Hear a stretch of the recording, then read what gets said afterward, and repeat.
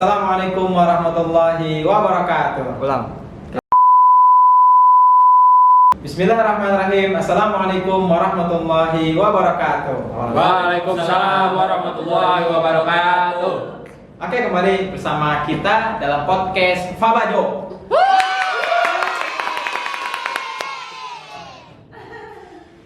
Jadi pada kesempatan kali ini kita kedatangan teman kita yang sangat tampan, yaitu Bashir Barakatullah. Ya. Dalam pertemuan kali ini kita akan sharing-sharing dengan teman kita Bang Bashir ini mengenai teori konsep pembelajaran ya. Jadi teman-teman bisa belajar di rumah melalui podcast Fabajo ini. Jangan lupa untuk disimak baik-baik karena pentingnya menyimak daripada meninggalkan. Bang Bashir, bagaimana menurut Bang Bashir ini teori konsep pembelajaran?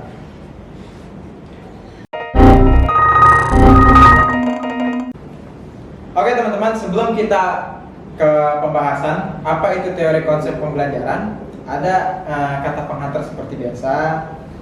Perlu teman-teman ketahui bahwa teori konsep belajar adalah kerangka berpikir yang menjelaskan bagaimana sih manusia memperoleh pengetahuan dalam pemahaman baru ya, agar tidak terjadinya kolot atau salah paham, bahkan gagal paham. Dan yang kedua, teori ini berusaha untuk memahami proses mental yang terjadi ketika kita belajar mulai dari bayi hingga dewasa. Jadi sangat penting sekali mental ini terhadap pemulaian pelajaran dari balita kita, dari usia kita balita sampai dengan kita dewasa. Nah, berikut kita akan kulik bersama-sama dengan teman kita Abang Bashir yang sangat tampan ini dan jomblo.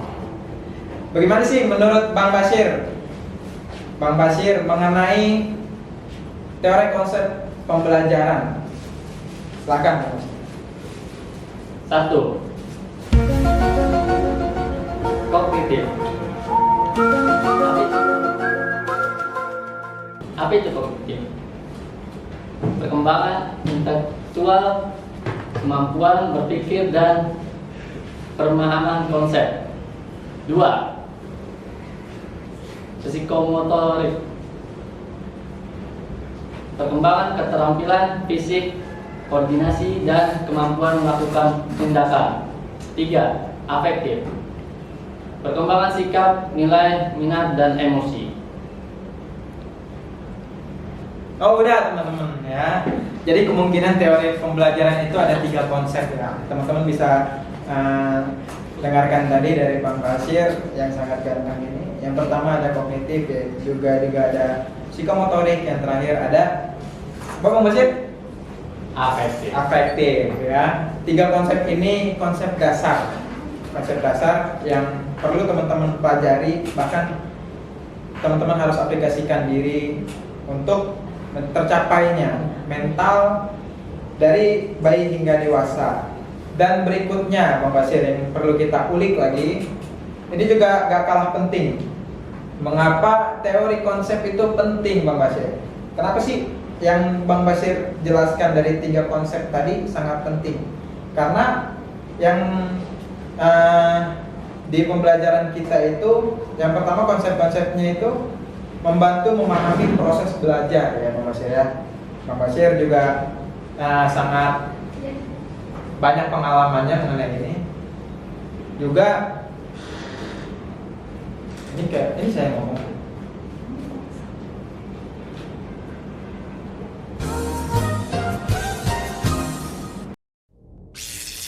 Kami akan kembali. Oke teman-teman, dari 3 konsep tadi Bang Bashir sudah menjelaskan secara rinci dan ringkas ya mengenai kognitif dan psikomotorik dan afektif ya. Saya sedikit kurang paham Bang Bashir mengenai kata-kata itu ya. Coba Bang Bashir bisa kasih penjelasan gak sih ke kita mengenai contoh-contohnya itu apa aja Bang Bashir? Contoh kognitif: menghafal rumus matematika, memahami teori ilmiah, menganalisis teks dan memecahkan masalah. Psikomotorik: contoh bermain alat musik, melakukan percobaan sains, bermain olahraga dan menari. Contoh afektif, menunjukkan rasa peduli terhadap lingkungan, menghargai pendapat orang lain. Nah, mantap sekali teman-teman, bisa kita pelajari contoh-contohnya dari 3 konsep tadi. Namun beranjak ke pembicaraan berikutnya. Assalamualaikum. Waalaikumsalam. Ngomongin apa nih? Wait a minute. Who are you? Ini Bang Jojo, kita lagi ngomongin teori konsep pembelajaran. Tadi sempat kita sharing dengan Bang Bashir, dan Bang Bashir ini menyampaikan 3 konsep penting dan beserta contohnya, dan teman-teman mungkin bisa terapkan di rumah contoh-contoh tersebut yang dijelaskan oleh Bang Bashir ya. Bang Jojo, menurut Bang Jojo bagaimana nih langkah-langkah selanjutnya mengenai contoh-contoh tadi, 3 konsep tadi? Langkah-langkah. Udah ada teori konsep pembelajaran yang lain, Bang Karul, Bang Basir. Oh gitu, Ya. oh gitu ya. Ya. Ada kerangka berpikir yang menjelaskan gimana nih manusia memperoleh pengetahuan sama pemahaman baru. Oke. Ada manusia yang kepo sama teknologi. Gaptek ya, gaptek juga. Betul. Dari ini nih, usahalah untuk memahami proses mental yang terjadi ketika kita belajar, mulai dari bayi nih, baru brojol sampai gede nih, sampai kita punya anak, ngajarin lagi anak kita, ntar anak kita ngajarin cucu kita, sampai titik. Berarti berarti secara kontinu ya, Ya, kontinu betul. dan terus seterusnya sepanjang masa. Ini gak ada makanan nih, mau Karul. Makanan ya, makanan kebetulan sponsornya belum ada. Aduh. Tadi tanya lagi nih Bang Faru, balik lagi nih kita ngomongin apaan tuh? Nah. Teori konsep itu penting, kenapa ya? Nih ada 3 nih. Kenapa tuh? Yang pertama nih, membantu memahami proses belajar nih. Kita dengan memahami teori-teorinya yang tadi Bang Basir sebutin tuh, kita bisa lebih efektif lah buat merancang pembelajaran atau metode gitu. Oke. Terus yang kedua, kita bisa ningkatin kualitas pembelajaran nih, kayak teori kayak yang tingkatan itu memberikan landasan tuh kayak buat menciptakan lingkungan belajar yang optimal. Dan yang ketiga nih, membantu mengatasi siswa yang sulit belajar dengan memahami akar masalah dulu nih. Kita cari akar masalah, baru kita cari solusi yang sama-sama win-win solution lah. Oke, berarti nggak monoton ya, Ya. terus kreatif, terus bervariasi, dan juga yang poin terakhir itu bagaimana kita mencari solusi dalam permasalahan itu tadi ya Bang Jojo. Ya. Tapi penyampaian Bang Jojo ini sangat membuat kita terus belajar ya. Masya Allah. Semangat belajar kita. Kayak penonton. Makin mantap ya. Oke teman-teman semuanya, udah dengar dari sharing Bang Jojo tadi ya. Sangat penting kita mempelajari hal-hal tersebut. Tapi saya rasa ini banyak sekali yang ingin Bang Jojo sampaikan nih pada hari ini. Coba Bang Jojo, unek-unek apa sih, teori-teori apa lagi sih menurut Bang Jojo ini yang harus kita resapi bersama-sama? Coba gitu. Ada tambahan lagi sih dikit Bang. Oke. 4 teori nih. Tadi psikomotorik, afektif, sama kognitif. Yaitu belajarin lah. Yang ada 4 lagi yang kayak sebagian orang belum tentu tahu. Apa tuh? Yang pertama ada behaviorism atau fokus pada perubahan perilaku yang kelihatan sebagai hasil dari stimulus dan respon gitu. Terus yang kedua nih ada cognitivism, menekankan pada proses mental seperti persepsi, ingatan, sama pemecahan masalah. Terus ada lagi konstruktivism, berpendapat bahwa pengetahuan dibangun secara aktif oleh individu melalui interaksi dengan lingkungan. Nah yang terakhir nih, humanism, menekankan pada potensi manusia untuk tumbuh dan berkembang secara penuh. Oke, sangat manfaat sekali sharing dari Bang Jojo pada kali ini. Terus juga ada contohnya dikit deh Bang Tarul. Apa lagi tuh menurut Bang Jojo yang pengen keluarin ilmunya semuanya buat kita. Ilmu bukan dukun, Biar kita belajar bareng-bareng gitu. Selesai dari podcast ini kita jadi orang pintar semua ya. Jadi pendidik yang bisa. Penonton! Harus nonton banyak ya kameranya teman-teman sekalian. Maklum podcast baru. Ayo, gimana? Topiknya teman-teman ya. Hmm. Pertama ada behaviorism. Itu contohnya itu pemberian hadiah atau hukuman untuk membentuk perilaku siswa, kayak siswa yang bandung yang bajunya dikeluarin, nggak ngerjain tugas itu kita wajib pokoknya. Tapi nggak boleh main tanah. Karena sekarang kan orang tua dikit-dikit lapor, gitu, pisum, kita keluar duit, rugi kita, ya kan? Betul. Gimana Bang Ler? Tapi memang ada beberapa sekolah itu memberikan hukuman, cuman bervariasi, menyenangkan dan berpahala bahkan. Contohnya itu saya pernah dengar di beberapa sekolah itu mereka dikasih hukuman untuk anak-anak yang nakal, tapi hukumannya itu istighfar misalnya 33 kali atau 10 kali. Itu artinya Jadi pahala. menjadi pahala. Masya Allah. Jadi stigma di dalam mereka hukuman itu bukan selalu yang berat dan menyakitkan, tapi bisa juga berbuah pahala. Oh. Terus menurut Bang Jojo apa lagi nih selain punishment tadi? Terus ada cognitivism, penggunaan peta konsep, diagram dan analogi untuk membantu siswa mengambil materi. Kayak setelah kita melakukan pembelajaran dan kita tanya siswa, udah ngerti belum? Kalau ada yang belum kita terakhir pakai diagram, misalnya pelajaran matematika. Kalau misalkan peta dunia kita terangin peta konsep pakai atlas. Apa bareng lawan? Digigit saya. Buaya nggak usah kayak gitu. Buaya tadi kalau taruh. Oke, gimana Bang? Terus yang ada lagi yang ketiga, terus division. Pembelajaran berbasis proyek, diskusi kelompok, dan pembelajaran berbasis masalah. Ya, kita nih satu kelas bikin kelompok buat menyelesaikan masalah. Jadi biar gak satu orang aja yang kerjain masalah tersebut, kita harus rame-rame. Betul. Misalnya kelompok 1 sampai 4 nanti presentasi yang beda-beda waktu. Terus yang terakhir nih paling penting sih nih, humanism. Ya, menciptakan lingkungan belajar yang positif dan mendukung serta fokus pada minat dan kebutuhan individu siswa. Itu yang paling penting. Kita harus dukung bakat-bakat siswa entah itu dari eksternal atau internal atau baru. Kalau misalkan siswa nggak ada bakat di internal, ya udah kita coba lihat nih bakatnya di eksternal kayak misalkan futsal atau berenang atau panah, naik kuda. Betul. Kita tidak tahu mancing. Betul. Karena yang saya pikir itu sebenarnya mereka itu masing-masing dari mereka itu setiap siswa mempunyai skill. Cuman itu tadi kadang ada guru yang mengubur, mematikan skill-skill mereka, hobi mereka. Oke, teman-teman, sangat berbobot sekali, sangat menarik sekali pembahasan pada kali ini dari Bang Jojo maupun Bang Pasyu. Teman-teman pada kepo untuk selanjutnya. Selanjutnya kita akan sharing balik lagi ke Bang Pasyu.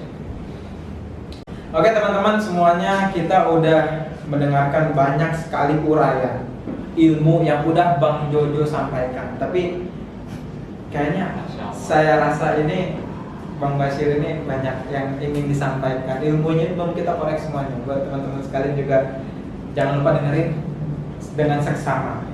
Tapi Bang Basir, saya mau sebenarnya banyak pertanyaan sih yang mau saya tanya Bang Basir.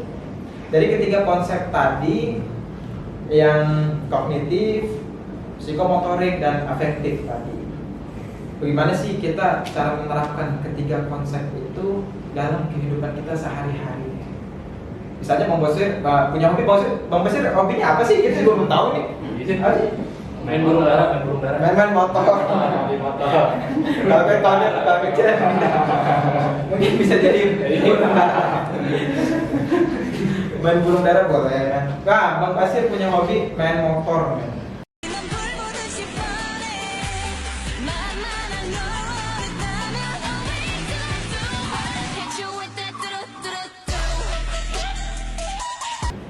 Mungkin gak sih Bang Basir ketiga konsep tadi bisa kita tuangkan ke hobi gitu. Contohnya Bang Basir punya hobi main motor ini, bagaimana cara menuangkannya ke hobinya Bang Basir itu? Yang dari kognitif tadi, kognitif.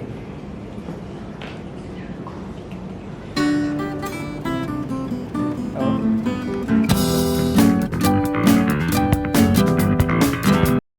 Nah, banyak sekali yang pengen Bang Basir sampaikan kepada kita. Kita ulik bersama-sama.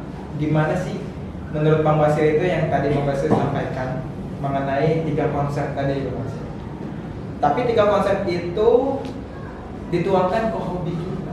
Yang tadi Bang Basir punya hobi itu, hobi main motor misalnya. Coba Bang Basir, 3-tiganya itu bisa Bang Basir menyatu di Bisa. hobi? Bisa. Bisa ya. Contohnya kita kognitif deh, coba gimana? Kognitif. Gue kan seneng di motornya kok ya. Oke. Nah, gue dari situ gue tahu gitu yang apa aja yang rusak untuk gue. Oh, menganalisis. Iya. Oke.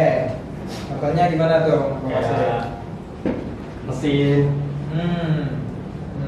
nggak enak gitu bunyinya. Kotor-kotor gitu ya. Kotor. Terus Oke. Apalagi? bensin bocor ya kan. Itu salah satu Salah satu hobi gitu. salah satu teori kognitif itu ya. Juga yang kedua kan kita bahas tadi, sempat bahas mengenai psikomotorik. Coba. Kan tadi Bang Basir bilang kan psikomotorik itu masuk juga tuh ke hobi, ke penerapan ini kita terutama hobinya Bang Basir. Coba gimana? Mengenai psikomotorik. Gue jadi banyak gerak. Oh, oke. Terus banyak gerak. Sehat olahraga ya, yang tadi Bang Basir bilang. Contoh olahraga ya. Iya, betul. ya. Terus apa lagi? Terus jadi fokusnya ke situ loh, ke motor. Jadi semangat gua. Juga kan tadi kan Bang Basir juga menyampaikan mencoba inovasi baru gitu kan, sains tadi gitu kan. Bang Basir itu pernah nggak sih di motor itu Bang Basir mencoba inovasi baru, lakukan percobaan sains di motor? Pernah tapi gagal. Ya boleh. Daripada nggak pernah sama sekali ya. Emang.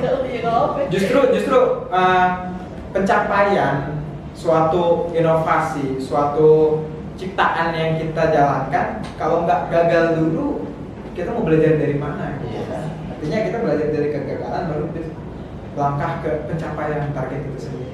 Yang terakhir Bang Basir, afektif. Bisa nggak Bang Basir uraikan afektif itu ke dalam hobi kehidupan kita sehari-hari? Bisa. Iya. Gimana? Contohnya? Gua happy gitu main motor kan, maupun mengeluarkan budget yang lumayan. Oh, oke. Sempat Bang Basir bilang tadi kan mengenai contoh-contoh mengenai afektif itu menunjukkan rasa peduli ya terhadap lingkungan.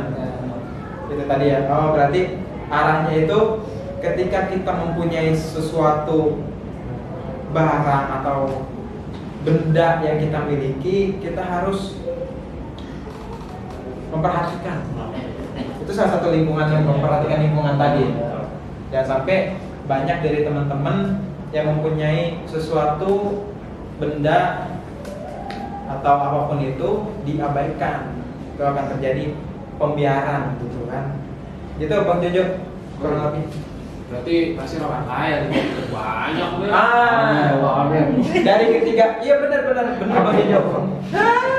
Dari ketiga konsep tadi berarti kita bisa mendapatkan value, ya kan, hasil dari 3 konsep tadi ketika kita jalankan, bahkan dari hobi sekalipun kita bisa mendapatkan hasil. Nah, Bang Basir ini hasilnya ini ya, kira-kira sampingannya, bahkan sampai bisa sampai cita-cita mempunyai bengkel misalnya, ada ya? Ada insyaallah. Ada ya, teman-teman di mana-mana Iya, ya. insyaallah. Ada. Ada ya. Jadi misalnya Bang Basir mogok di jalan, jadi silaturahmi, gitu ya.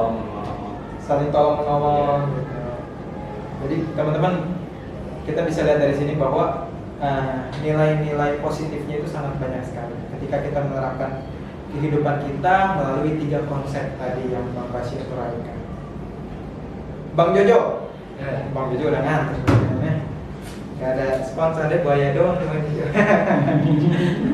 Oke teman-teman, cukup panjang sekali pembahasan pada kali ini di podcast kesayangan kalian semua, Fabaju. Tapi teman-teman yang belum tahu Fabaju itu artinya Fahrul, Bashir, dan Jojo.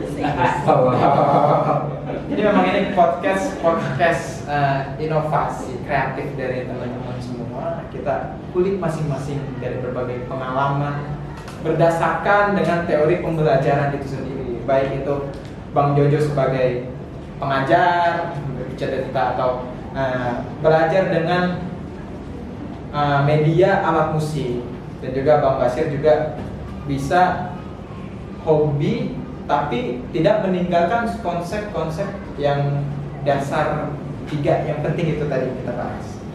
Oke teman-teman sekalian, kurang lebihnya kita bisa belajar dari teman-teman kita yang sangat tampan. Jadi kesimpulannya itu kita harus banyak belajar untuk mencapai suatu pencapaian yang cita-cita lah ya, cita-cita. Terus juga jangan lupa meninggalkan hal-hal yang negatif ya. Jadi gimana caranya kita menjalankan suatu profesi, suatu hobi, setidaknya kita meninggalkan hal-hal yang negatif seperti maraknya narkoba atau tawuran di mana-mana. Begal, apalagi di umur kita yang segini itu. Sebenarnya itu udah cobaan. Dan kita meninggalkan itu aja udah suatu hal yang positif. Apalagi kita ditambah belajar kayak kita belajar pada kali ini sama Bang Jojo sama Bang Bashir itu sangat mengasah kemampuan kita mental, dan bisa jadi kita bisa jadi orang yang lebih baik gitu kan. Oke teman-teman, demikian. Penonton. Biar ngantuk ya. Pantun. Itu pantun. Kita punya tagline yang sangat dirindukan dari teman-teman sekalian. Tagline kita bareng-bareng ya, Bang Jojo ya. Jadi sama kita ya, 3 ya. Apa Jo? Eksis Indosat.